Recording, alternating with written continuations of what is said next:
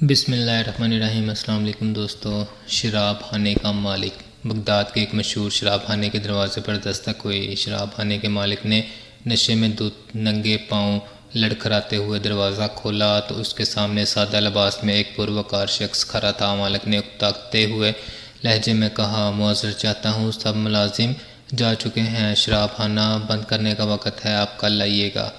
اس سے پہلے کہ مالک واپس پلٹتا، اجنبی نے اس کے کندھے پر ہاتھ رکھ کر کہا، مجھے بشر بن حارث سے ملنا ہے، اس کے نام بہت اہم پیغام ہے۔ شراب خانے کے مالک نے چونک کر کہا، بولیے، میرا نام ہی بشر بن حارث ہے۔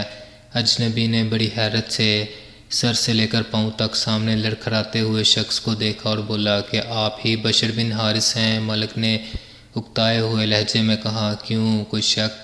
اجنبی نے آگے بڑھ کر اس کے ہاتھ کا بوسہ لیا اور بولا، سنو بشر بن حارث، حالانکہ ارض و سما نے مجھے کہا ہے کہ میرے دوست بشر بن حارث کو میرا سلام عرض کرنا اور کہنا، جو عزت تم نے میرے نام کو دی تھی وہی عزت رہتی دنیا تک تمہارے نام کو ملے گی۔ اتنا سن کر بشر بن حارث کی نگاہوں میں وہ منظر گھوم گیا جب ایک دن حسب معمول وہ نشے میں دھت چلا جا رہا تھا کہ اس کی نظر گندگی کے ایک ڈھیر پر پڑی، ایک کاغذ پر پڑی جس پر اسم اللہ لکھا ہوا تھا۔ بشر نے کاغذ کو بڑے احترام سے چوما، صاف کر کے خوشبو لگائی اور پاک جگہ پر رکھ دیا اور کہا، اے مالک عرش العظیم، یہ جگہ تو بشر کا مقام ہے، تمہارا نہیں۔ بس یہی ادا بشر بن حارث کو بشر حافی رحمۃ اللہ علیہ بنا گئے۔ جس وقت آپ کو یہ پیغام ملا، آپ اس وقت ننگے پاؤں تھے اور پھر آپ نے ساری زندگی ننگے پاؤں گزار دی۔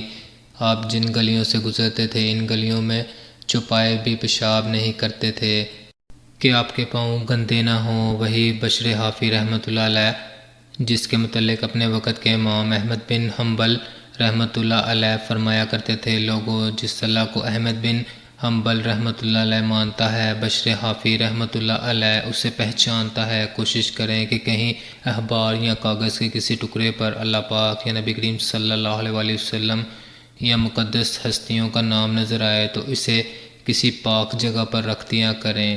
حوالہ کتب طبقات صوفیہ، کشف المحبوب۔